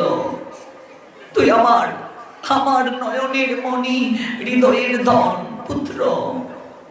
তোর দাদা আমায় ছেড়ে চলে গিয়েছে, তুই কখনো আমাকে ছেড়ে যাস না। মহাপ্রভু চলে গেলেন জগতের কল্যাণের কথা চিন্তা করে। গৌড় যদি সংসার থেকে বের না হতেন, আমরা কলিহত জীব উদ্ধারের পথ পেতাম না। গৌড় যদি সংসার ছেড়ে বের না হতেন, আমরা কলিহত জীব এই নামের প্রেমের অপ্রাকৃত রস পেতাম না। যে রসামৃতে আজকে রঘুনাথ রাজত্ব ত্যাগ করে চলে যেতে চাচ্ছে, তার মা রঘুনাথকে বলছে, না পুত্র না, এই কথাটা তুই আমাকে বলিস না, এটা ছাড়া তুই যা চাইবে আমি তোকে তাই দেব। রঘুনাথের মা কাঁদতে কাঁদতে রঘুনাথের বাবার কাছে আসছে, হে গো, তোমার চোখে কিছু পড়ে না? তুমি তো বাবা, তোমার চোখে না পড়তে পারে। আমি মা, আমি বুঝি। গো, আমার মন বলছে আমার ছেলেটা পাগল হয়ে গেছে, পাগল হয়ে গেছে ছেলেটা। যদি পাগল না হতো, এত করে বুঝালাম, 11 জন পাহারাদার দিয়ে তাকে ডাকি, ইন্দ্র সম ঐশ্বর্য অপ্সরার মতো সুন্দরী স্ত্রী যার গড়ে, সে ছেড়ে চলে যায়, ছেলেটা পাগল। হে গো, তোমায় একটা কথা বলি। রঘুনাথের বাবা বলছে, কি কথা? ওগো, তুমি আমার ছেলেটাকে দড়ি দ্বারা বেঁধে রাখো, দড়ি দ্বারা বেঁধে রাখো, আমি আমার রঘুনাথকে ছাড়া বাঁচতে পারবো না। মায়া কাকে বলে দেখো? এ ধন যৌবন পুত্র পরিজন, ইতি কি আছি পরতিতি রে। কমল দল জল জীবন টলমল, বজ হরি পদ নীতি রে। সংসারে আমাদের এই জীবনটা পদ্মের ন্যায়। জলের মাঝে পদ্ম পুষ্প থাকে, জলের মাঝে পদ্ম থাকলে পদ্মের সজীবতা থাকে। জল থেকে পদ্মকে যদি ডাঙ্গায় তুলে নাও, কিছুক্ষণের মাঝে তার সজীবতা হারিয়ে যায়। এই দেহের যৌবন এগুলো জলে পদ্মের ন্যায়। কমল দল জল, কমল মানে পদ্ম, কমল দল জল, জীবন টলমল, জীবন এইভাবেই টলমল করছে। এ ধন যৌবন পুত্র পরিজন, ইতি কি আছে পরতিতিরে। এই ধন বলো, যৌবন বলো, পুত্র বলো, পরিজন বলো, এই কোনো কিছুই আমাদেরকে পূর্ণভাবে পরিতৃপ্তি প্রদান করতে পারে না। কমল দল জল জীবন টলমল, ভজ হরি পদ নীতিরে। একমাত্র হরির চরণে যারা আত্মসমর্পণ করে, এই সংসারের যাতনা থেকে কেবল তারাই রক্ষা পেতে পারে। ভজ হরি পদ নীতিরে। একবার অনুভূতিতে আনেন মা, আমরা কোথায় ছিলাম, এলাম কোথায়, যাবই বা কোথায়, কেউ কাউকে চিনতাম না। জন্মসূত্রে যার ঘরে এলাম, শিখানো হলো উনি তোমার মা, উনি তোমার বাবা, উনি তোমার কাকা হয়, উনি তোমার জেঠা হয়, ভাই হয়, বোন হয়। ধীরে ধীরে আমরা শিখলাম, আত্মীয় স্বজন পেলাম, অধিকার পেলাম। কিন্তু মৃত্যু নামক কালো সর্প যেদিন ছুবল দেবে, সমস্ত অধিকার এই জায়গাতেই শেষ হয়ে যায় গো। কিচ্ছুটি নিয়েও যাওয়া যায় না। সারাটা জীবন দিন থেকে রাত পর্যন্ত ভূতের মতো আমরা পরিশ্রম করে বেড়াই, কিন্তু যাওয়ার সময় শূন্য। এসেছিলাম শূন্য, যাব শূন্য। কি বিচিত্র সংসার, কি আশ্চর্য এই বিষয়গুলো। এই বিষয়গুলো চিন্তা করলে অন্যরকম একটা ভাবনা আসে। অথচ দুদিনের সংসারে কত আমাদের অহংকার, কত আমাদের ক্ষমতা দেখানো, রূপের বড়াই, গুণের বড়াই, পাণ্ডিত্যের বড়াই, কত কিছু দুদিনের সংসারে। আর ওই শক্তিটা, বাতাসটা যদি বের হয়ে যায় শরীর থেকে, সেদিন আর কোনো মূল্য থাকে না। কমল দল জল জীবন টলমল, ভজ হরি পদ নীতিরে। ওরে মনুষ্য জীব, কেবলমাত্র শ্রীহরির চরণ বন্দনা ব্যতীত তোমার দুঃখের শেষ নেই। অধিকাংশ লোক আমরা আছি একটা কুসং চেতনাকে হৃদয়ে লালন করে আমরা দিন কাটছি। আমরা মনে করছি সাধন ভজন করার এখনো আমাদের সময় হয় নাই, একটু বয়স হোক তারপর সাধন ভজন করব। একাদশী ব্রত এখনো নেইনি, একটু বয়স হোক নেব। জপমালা এখনো নেইনি, একটু বয়স হোক নেব। কিন্তু মনে রাখবে, শরীরে শক্তি থাকতেই ভজন করতে হয়। শরীরের শক্তি যখন কমে যাবে তখন আর ভজন হয় না। দেহ থাকিতে সবল, হরে কৃষ্ণ বল, অঙ্গ অবশরীরে লইতে পারবে না। মায়ার দ্বারা আপ্লুত হওয়ার কারণে আমরা সংসারের সবকিছুকে আমার আমার বলে দাবি করি। রঘুনাথের মাও রঘুনাথকে নিজের বলে দাবি করছে। আজকে তার বাবাকে এসে বলছে, রঘুনাথের বাবাকে, ওগো ছেলেটা পাগল হয়ে গেছে, ওকে দড়ি দ্বারা বেঁধে রাখো, আমার একমাত্র পুত্র, আমি রঘুনাথকে ছাড়া থাকতে পারবো না। সংসারে প্রত্যেকটা মাই বলে সন্তান ছাড়া থাকতে পারবো না। প্রত্যেকটা সন্তানও বলে মা বাবা ছাড়া থাকতে পারবো না। কিন্তু যেদিন বিদায়ের ঘন্টা বাজে গো, সেদিন এই ডাক কেউ কিন্তু শুনে না। পৃথিবীতে সবচেয়ে নির্মম একটা শব্দ, যে শব্দটার নাম হচ্ছে মৃত্যু। কেউ চায় না, কিন্তু ওই মৃত্যুকে আমন্ত্রণ না করলেও সে বড় বেহায়া, সে নিজ থেকে আমার আপনার গৃহে চলে আসে। তাকে আমন্ত্রণ করতে হয় না, সে নিজ থেকে আসে। তাকে যদি দূর করে দিতে চাও, সে যেতে চায় না। পৃথিবীতে কেউ কাউকে ছাড়তে চায় না। মা সন্তানকে ছাড়তে চায় না, বাবা সন্তানকে ছাড়তে চায় না, সন্তান বাবা মাকে ছাড়তে চায় না, ভাই বোনকে ছাড়তে চায় না, বন্ধু বান্ধবকে ছাড়তে চায় না। কিন্তু পৃথিবীতে ছাড়তে না চাইলেও ছেড়ে যেতে হয় গো মা। পৃথিবীতে এটা বড় বড় বিচিত্র, বড় আশ্চর্য একটা জিনিস। যুধিষ্ঠিরকে এই প্রশ্নটাই করেছিলেন, সবচেয়ে আশ্চর্য কি পৃথিবীতে? পৃথিবীতে আশ্চর্য বস্তু কি? মহাভারত পড়ে দেখবেন। যুধিষ্ঠির বলছেন, পৃথিবীতে সবচেয়ে আশ্চর্য হচ্ছে মৃত্যু। মৃত্যু কিভাবে আশ্চর্য? চোখের সামনে প্রতিনিয়ত তোমার আত্মীয় স্বজন মরছে। পৃথিবীতে দেখবে চোখের সামনে তোমার ভাই বন্ধু মরছে, কিন্তু কখনো হৃদয়ের মাঝে এই চেতনা জাগে না, আমাকেও একদিন মরতে হবে। মা, মানুষ যদি প্রতিদিন কিঞ্চিত সময় মৃত্যুর কথা চিন্তা করতে পারত, এই সংসারে সে কখনো খারাপ কার্য করত না।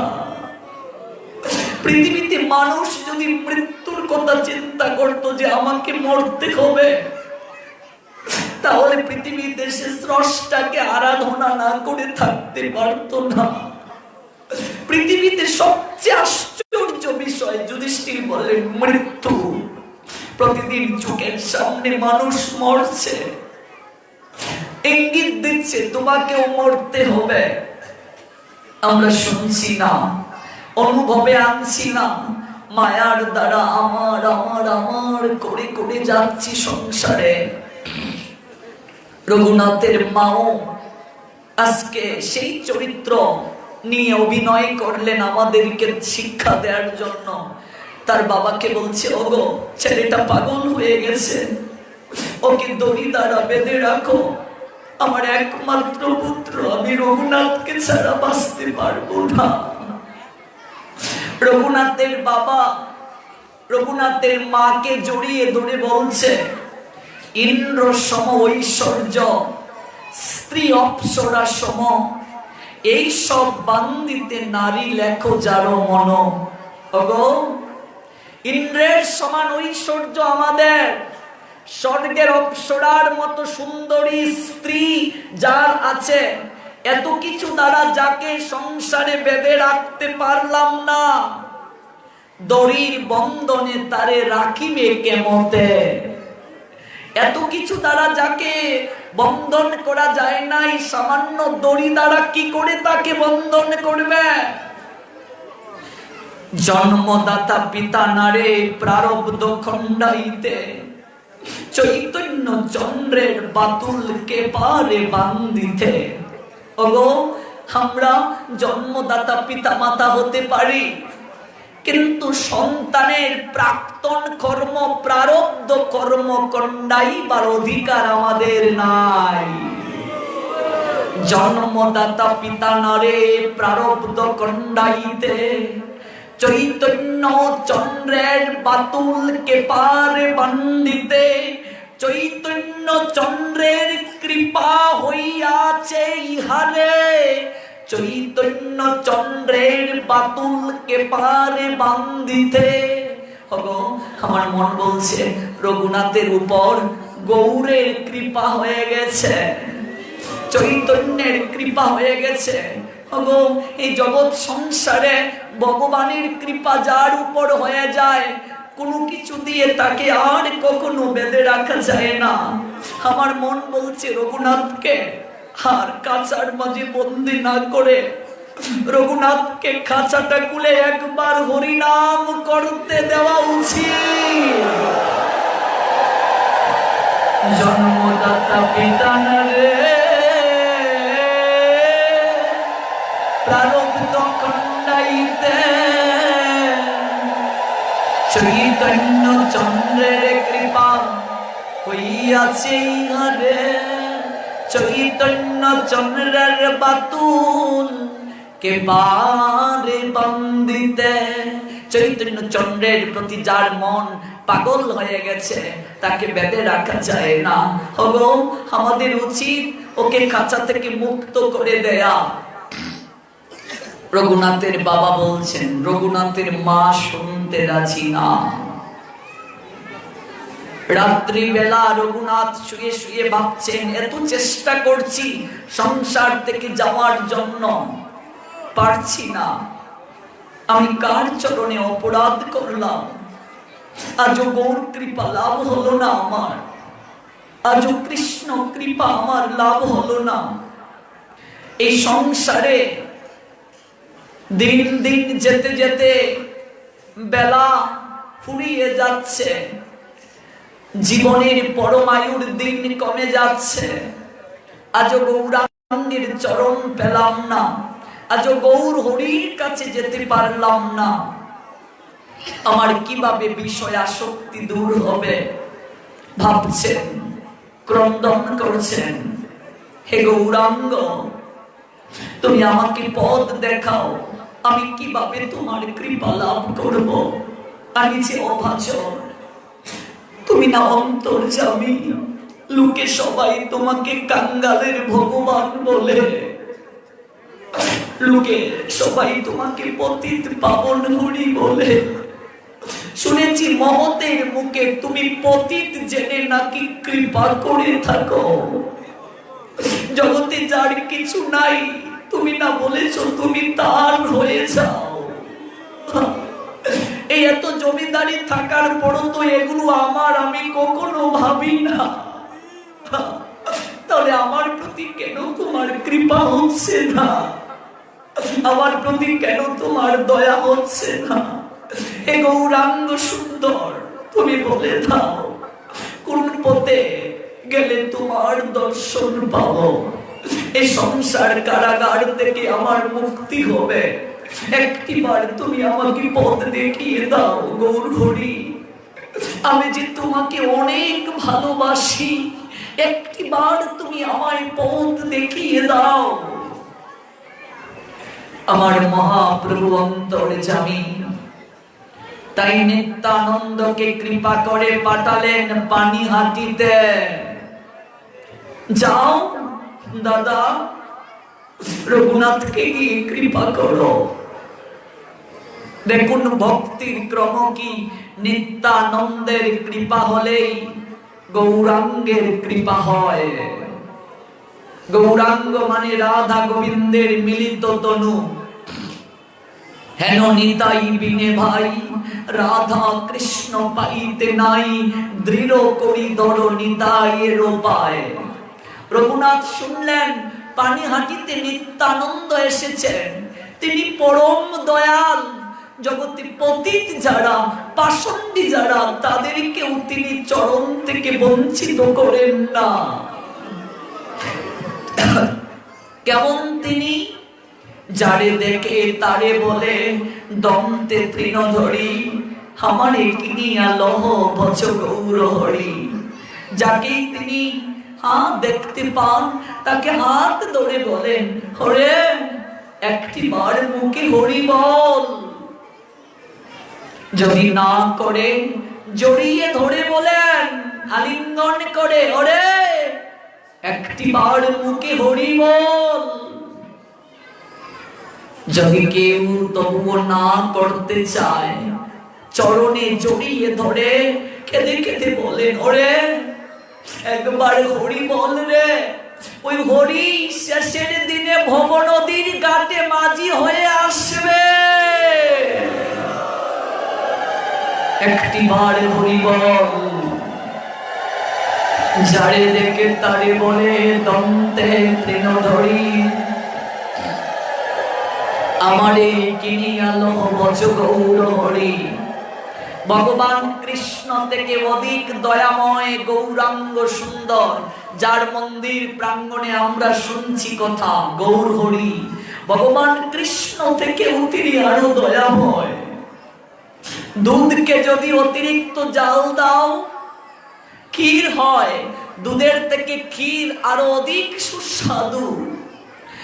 স্বয়ং কৃষ্ণই মহাপ্রভু গৌর, কিন্তু কৃষ্ণ থেকে তিনি আরো অধিক করুণাময়। আর গৌর থেকে আরো অধিক করুণাময় হচ্ছেন নিত্যানন্দ। মহাপ্রভু থেকে আরো অধিক কৃপাময়। জাতের বিচার করেননি গো, জাতের বিচার করেননি। মহাপ্রভুই দায়িত্ব দিলেন হরিদাস আর নিত্যানন্দকে। শুনো শুনো নিত্যানন্দ, শুনো হরিদাস, সর্বত্র আমার আজ্ঞা করো প্রকাশ। প্রতি ঘরে ঘরে গিয়ে করো এই ভিক্ষা। বচ কৃষ্ণ, কহ কৃষ্ণ, লহ কৃষ্ণ শিক্ষা। প্রত্যেক ঘরে ঘরে, প্রত্যেক দাঁড়ে দাঁড়ে, প্রত্যেক নড়ে নড়ে, প্রত্যেক জনে জনে গিয়ে এই ভিক্ষা করো, কৃষ্ণ ভজনা করো, কৃষ্ণ ভজনা করো, কৃষ্ণ ভজনা করো। পানিহাটিতে নিত্যানন্দ আসলেন। রঘুনাথ সংবাদ পেলেন নিতাই চাঁদ এসেছেন, তিনি অধিক করুণাময়। সুযোগ করছেন আর মনে মনে ডাকছেন, ওহে নিত্যানন্দ প্রভু, শুনেছি জগাই মাধাই অতীব তারা দুরাচারী পাপাচারী ছিল। এমন কোন পাপ কার্য নেই যে তারা করে নাই। রারী ও ব্রাহ্মণ কুলে জন্ম নিয়েও তারা গোমাংস ভক্ষণ থেকে শুরু করে রমণী ধর্ষণ পর্যন্ত করেছিল। ব্রহ্ম গায়ত্রী মন্ত্র, যেটা ব্রাহ্মণের সবচেয়ে শক্তির উৎস, এই গায়ত্রী মন্ত্র পর্যন্ত জগাই মাদাই ভুলে গিয়েছিল। ব্রাহ্মণ কুলে জন্ম নিয়েও তারা ব্রহ্মত্ব রক্ষা করলো না। এত পতিত তারা, পাষণ্ডী তারা। সেই জগাই মাদাইকেও তুমি গৌরাঙ্গের চরণ পাইয়ে দিলে। আমি তাদের থেকেও পতিত, আমি তাদের থেকেও কাঙ্গাল, আমি তাদের থেকেও হীন, আমি তাদের থেকেও পাষণ্ডী। নিতাই চাঁদ, আমি একটিবার যদি সংসার থেকে পালিয়ে তোমার চরণে যেতে পারি, তুমি আমাকে গৌরাঙ্গের চরণ পাইয়ে দিও। আমাকে কৃষ্ণ প্রেম ভক্তির স্তরে আসীন করিয়ে দিও। নিত্যানন্দ মূলত এসেছেন কৃপা করার জন্য রঘুনাথকে, মূলত কৃপা করার জন্যই এসেছেন। একটা উঁচু আসনে বসলেন নিত্যানন্দ। রঘুনাথ রাতের আধারে সুযোগ বুঝে পালিয়ে গেলেন। পানিহাটির দিকে ছুটছেন, এক চক্রা থেকে পানিহাটি। নিত্যানন্দের জন্ম এক চক্রা, আসলেন পানিহাটিতে। রঘুনাথ তিনি পালিয়ে যাচ্ছেন পানিহাটিতে নিত্যানন্দ প্রভুর চরণে আশ্রিত হওয়ার জন্য। চৈতন্য চরিতামৃতের অন্তলীলার ৬ষ্ঠ পরিচ্ছেদে চমৎকার ভাবে কবিরাজ গোস্বামীপাদ বর্ণনা করলেন। নিত্যানন্দ প্রভুকে দেখলেন উঁচু একটা আসনে বসে আছেন রঘুনাথ। দূর থেকেই দণ্ডবত প্রণাম দিলেন। ঝরঝর করে চোখ বেয়ে তার জল চড়ছে। অন্তর্যামী নিত্যানন্দ প্রভু সবই জানেন, সবই বুঝেন। তিনি মৃদু মৃদু হাসছেন মৃদু মৃদু। রঘুনাথ এসেছেন। দণ্ডবত প্রণাম দিয়ে দূর থেকে অপরাধীর মতো দাঁড়িয়ে রইলেন, নিকটে যেতে সাহস পাচ্ছেন না। নিত্যানন্দ প্রভু রঘুনাথকে দেখে বলছেন, নিকটে নাই চূড়া, ভাগো দূরে দূরে, আজ লাগ পাইয়াছি দণ্ডিম তোমারে। নিত্যানন্দ বলছেন, চূড়া, পালিয়ে পালিয়ে থাকিস? চোর বলে সম্বোধন করলেন। নিত্যানন্দ রঘুনাথকে চোর কেন বললেন? কি চুরি করলেন রঘুনাথ? এই মহাপ্রভু হচ্ছেন নিতাই চাঁদের সম্পত্তি, অর্থাৎ নিত্যানন্দ প্রভু তার প্রেম দ্বারা গৌরকে কিনে নিয়েছেন। মহাপ্রভু হচ্ছেন প্রেম পুরুষোত্তম। মহাপ্রভুর মন্দির আপনাদের এই জায়গায়, আপনারা যে কতটা সৌভাগ্যবান এটা উপলব্ধি করতে পারবেন না। গৌর হরির মন্দির থাকা মানে অনেক কিছু। তিনি প্রেম পুরুষোত্তম। আজকে আমরা সনাতনীরা গৌরকে চিনি না, নিতাইকে চিনি না, ধর্ম যাজন করি না, ধর্মক্ষেত্রে অর্থ ব্যয় করতে কুণ্ঠাবোধ করি। এখানে যে মন্দির, এত উপজেলা শহরে, এই মন্দিরের তো আরো অনেক উন্নয়ন হওয়া উচিত। ভক্তরা যদি নিজ থেকে তাদের সামর্থ্য অনুযায়ী একটু একটু অনুদান করে, তাহলেও তো বিশাল মন্দির হতে পারে। আমরা গৃহস্থ ভক্তদের বাসায় কেন থাকবো? এখানে ভক্ত নিবাস হলে তো আমরা থাকতে পারি, কিন্তু এই জন্য আপনাদের এগিয়ে আসা উচিত। মন্দিরে থাকা মানে অনেক সৌভাগ্যের বিষয়। প্রত্যেক সনাতনীরা যদি নিজ নিজ জায়গা থেকে একটু করেও মন্দিরে অনুদান করে, ভক্ত নিবাস মুহূর্তের মাঝে হয়ে যেতে পারে, মন্দিরের অবকাঠামোর উন্নয়ন হয়ে যেতে পারে। দেখুন, ধার্মিক মুসলমানেরা ধর্মের ক্ষেত্রে অর্থ ব্যয় করতে তারা কুণ্ঠাবোধ করেন না। এতটা শ্রদ্ধা তাদের ধর্মের প্রতি, যার কারণে লক্ষ লক্ষ মসজিদ চোখের পলকেই তৈরি হয়ে যাচ্ছে। আমরা এত বছর ধরে অপেক্ষা করি, মন্দিরের কাজ সমাপ্ত করতে পারি না। তার একটাই কারণ, আমরা মন্দিরে অর্থ ব্যয় করতে আমরা কুণ্ঠাবোধ করি। ভাগবতের মাহাত্ম্যে, পুরাণ ভাগবতের মাহাত্ম্য যে সকল পুরাণগুলোতে উল্লেখ আছে, সেই পুরাণে ভাগবতের মাহাত্ম্য যারা পড়েছেন দেখবেন, শাস্ত্র বলছে 4 ভাগের 1 ভাগ আমাদের ইনকামের, 4 ভাগের 1 ভাগ আমাদের ধর্মের জন্য ব্যয় করতে হবে। আপনার ইনকাম যদি 100 টাকা হয়, 4 25 125 টাকা ধর্মের জন্য ব্যয় করতে হবে। এই 25 টাকার মাঝে গুরুদেবেরও একটা অংশ রয়েছে, ভক্ত বৈষ্ণবের অংশ রয়েছে, ভগবানের অংশ রয়েছে। ওই অর্থ যার যত ইনকাম, যার যত সামর্থ্য, এই অনুপাতে ব্যয় করতে হবে।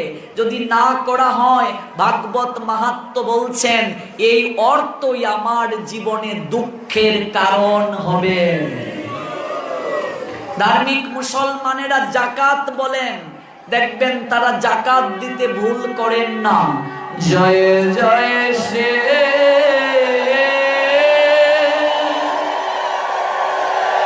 শ্রী রাধে রাধে শ্যাম। জয় জয় কলিযুগ পাবন অবতার পরমেশ্বর ভগবান শ্রীকৃষ্ণ চৈতন্য মহাপ্রভু প্রীতি প্রেমানন্দে। হরি হরি বলো মন, জয় জয় শ্রী রাধে। ধার্মিক মুসলমানেরা যেমন জাকাত প্রদান করেন, ওনারা ধর্মের আইনকে সুষ্ঠুভাবে প্রতিপালন করে জাকাত দেন। আমাদের শাস্ত্রেও আছে আমাদের ইনকামের একটা অংশ ধর্মের জন্য ব্যয় করা, মন্দিরের জন্য ব্যয় করা। এই জন্য আমরা যারা গৃহস্থ ভক্ত আছি, ব্যবসায়ী আছি, চাকরিজীবী আছি, আমরা যদি আমাদের নিজ নিজ সামর্থ্য থেকে একটু করেও দান করি, তাহলেও বিশাল বিশাল আমরা ভক্ত নিবাস করতে পারি, মন্দিরের অবকাঠামো নির্মাণ করতে পারি, ভাগবত সপ্তাহের আয়োজন করতে পারি। ব্যাপারই না এগুলো, শুধু মনটাকে উদার করতে হবে। ভাগবত মাহাত্ম্যে বলা হয়েছে কেউ যদি ধর্মের জন্য অর্থ ব্যয় করে, সেই অর্থ কখনো কমে না, বরং 3 গুণ বেড়ে যায়। 3 গুণ বেড়ে যায়। আপনি পরীক্ষা করে দেখতে পারেন এই জায়গাটা, অর্থাৎ ভগবানের ক্ষেত্রে অর্থ ব্যয় করলে কোনো মানুষ ঠকে না। ভেবে দেখুন, আমরা পৃথিবীতে কিছুই নিয়ে আসি নাই, এই কাপড়টা পর্যন্ত নিয়ে আসি নাই। যাব যেদিন কাপড়টা খুলেই আমাকে আপনাকে যেতে হবে, কিচ্ছু কি নিয়ে যাওয়া যাবে না। এই দেহটা পর্যন্ত পড়ে থাকবে, কিছুই যাবে না। কত টাকা ব্যাংকে জমা রেখেছি, এই কথাটাও সন্তানকে বলে যাওয়ার সময় পাবো না। সম্পত্তির দলিলটা সন্তানকে বুঝিয়ে যাওয়ার সময় পাবো না, যেদিন মৃত্যু ডাকবে। এই জন্য ভগবান এই জগতে দেখো কাউকে গরিব করে পাঠিয়েছে, কাউকে অনেক ধন দিয়ে পাঠিয়েছে। কারণ কি? এটা তার কর্মের ফসল অনুযায়ী। এই জন্য যার যত ইনকাম, যারা ধনাঢ্য ব্যক্তি, আমাদের শাস্ত্র বলছে তারা তাদের নির্ধারিত জগতে চলার জন্য যতটুকু অর্থ প্রয়োজন, এই অর্থ রেখে বাকিটা সমাজ কল্যাণের জন্য, ধর্মীয় কল্যাণের জন্য ব্যয় করবে। যদি না করেন, এই অর্থই তার জীবনে দুঃখ বয়ে আনবে। এই দুঃখ তিনটা, আধ্যাত্মিক, আদি ভৌতিক, আদি দৈবিক, এই তিনটা দুঃখ কঠিন ভাবে তাকে পেতে হবে। ভেবে দেখো, এমন একটা অসুখ হয়ে গেল, সারা জীবন ঔষধ খেতে হয়, আছে না এরকম? এমন একটা সমস্যা হয়ে গেল যার কারণে ডাক্তারের কাছে যেতে, দেশ পাড়ি দিয়ে বিদেশে যেতে হলো, কত টাকা ব্যয় হচ্ছে। ভগবানের জন্য অর্থ ব্যয় করলে কখনো অর্থ কমে না। দেবর্ষি নারদ বৃষবাণু রাজা সংবাদে এই তত্ত্বগুলো আছে। বৃষবাণু রাজাকে দেবর্ষি নারদ বললেন, হে মহাত্মন, আপনি এত বড় রাজা, আপনি এত এত সাধু সেবার আয়োজন করেছেন, কিন্তু ভগবান আপনাকে যত অর্থ দিয়েছে, সেই অনুপাতে যতটুকু অর্থ ভগবানের জন্য ব্যয় করা প্রয়োজন, তা আপনি করেন নাই। এই জন্য প্রত্যেকেই নিজ নিজ জায়গা থেকে আমাদের এই মহানুভবতা হৃদয়ে মাঝে জাগ্রত হওয়া প্রয়োজন। এই মন্দির আমাদের সবার মন্দির, এটা কোনো কমিটির মন্দির নয়, এটা আমাদের সবার মন্দির। মহাপ্রভু আমাদের সবার, আমাদের উদ্ধারকর্তা, আমাদের পতিত পাবন তিনি, যারা মহাপ্রভুর কৃপায় সেবক রূপে, কমিটি মানে সেবক, ওরা সেবার দায়িত্ব পেয়েছেন। মহাপ্রভু না চাইলে আবার তারা বাদ পড়ে যাবে, আরো কেউ আসবে। এটাই তো নিয়ম। মহাপ্রভু যাকে চাইবে তারা থাকবেন, মহাপ্রভু যাকে চাইবে না তারা থাকবেন না। কেউ যাবে কেউ আসবে, কিন্তু মহাপ্রভু যুগ যুগ ধরে এই জায়গায় থাকবেন। আজ আমরা আছি, আমাদেরকেও একদিন চলে যেতে হবে। অন্য কেউ নেতৃত্ব দেবে, অন্য কেউ এই আসনে বসে কৃষ্ণ কথা বলবে, অন্য কেউ এই জায়গায় এসে শুনবে, কিন্তু মহাপ্রভু থাকবেন। আমরা যদি এই জায়গায় নিজেদের অবস্থান থেকে কিছু না কিছু এই মহাপ্রভুর মন্দিরের অবকাঠামো উন্নয়নের জন্য, অনুষ্ঠানকে বর্ধিত করার জন্য আমরা যদি উদগ্রীব হই, নিজের ভাবনাটাকে জাগিয়ে তুলি, অন্তত শেষের দিনে এই কথাটা তো আমাদের হৃদয় থেকে একটা আর্তনাদ আসবে যে প্রভু তোমার সেবাতে আমার সামর্থ্য অনুযায়ী তুমি যা দিয়েছ তা থেকে কিছুটা হলেও তোমার সেবায় দিতে পেরেছি। এটাই হবে পরম সান্ত্বনা। এটা সব ধর্মে, আপনি সনাতন বলুন, ইসলাম বলুন, বৌদ্ধ বলুন, খ্রিস্টান বলুন, সব ধর্মে এই ধর্মের জন্য অর্থ ব্যয়ের কথা উল্লেখ আছে। কিন্তু আমরা সনাতনীদের ক্ষেত্রে এটা খুবই মর্মাহত বিষয়। সারা বাংলায় ঘুরে যে অভিজ্ঞতাটা অর্জন হলো, সেই অভিজ্ঞতাটা কেবল আপনাদের চরণে আমি ব্যক্ত করলাম। রঘুনাথ আজকে নিত্যানন্দ প্রভুর কাছে গেলেন। নিতাই চাঁদ বললেন, নিকটে না আইস চূড়া, ভাগো দূরে দূরে, আজ লাগ পাইয়াছি দণ্ডিমু তোমারে, দদি চিরা বক্ষণ করা হুমুর গণে, শুনিয়া আনন্দিত হইল রঘুনাথের মনে। আজকে তোমায় দণ্ড দেব, মানে কি শাস্তি দেব। কি শাস্তি দিলেন নিত্যানন্দ? বলেন, আমার যারা কাছের জন সবাইকে তোমার চিরা আর দধি খাওয়াতে হবে। এটা শাস্তি না কৃপা? কৃপা। নিত্যানন্দ বলেন, আমার যারা কাছের জন। তো নিত্যানন্দের কাছের জন কারা? আপনাদের মতো ভক্ত বৈষ্ণব। বিশাল করে সাধু সেবার আয়োজন করলেন। সাধু সেবাতেই মানুষের ইচ্ছে পূরণ হয়, সংসারের অমঙ্গল দূর হয়, শরীরের সমস্ত গ্রহদোষ কেটে যায়, রোগ নষ্ট হয়ে যায় সাধু সেবার মাধ্যমে। এগুলো বহু দৃষ্টান্ত আছে শাস্ত্রে। এমনকি মৃত্যু রোধ হয়। মৃত্যু রোধ কিভাবে? ওই যে পরীক্ষিতের মৃত্যু রোধ হলো এই সাধু সেবার, সাধু সঙ্গ করে হরিকথা শ্রবণের কারণে পরীক্ষিত মহারাজ 7 দিন 7 রাত্রি শেষে মৃত্যু রোধিত হয়ে রথে চড়ে বৈকুণ্ঠে গমন করেছিলেন। এই হচ্ছে হরিকথা শ্রবণের রেজাল্ট। এই পুলিন ভোজন করালেন সবাইকে। পুলিন ভোজন, এটাকে দধি চিরা দণ্ড মহোৎসব বলে। নিশ্চয়ই আপনাদের মন্দিরে এটা হয়, চিরা দধি দণ্ড মহোৎসব। এই দিন চিরার দধি ভক্তদেরকে পাওয়ানো হয়। তারপর নিত্যানন্দ যখন কৃপা করলেন, তার চরণ দুখানি রঘুনাথের মাথায় রাখলেন। আর এই রঘুনাথ নিত্যানন্দের কৃপায় পরবর্তীতে সংসার ত্যাগ করলেন।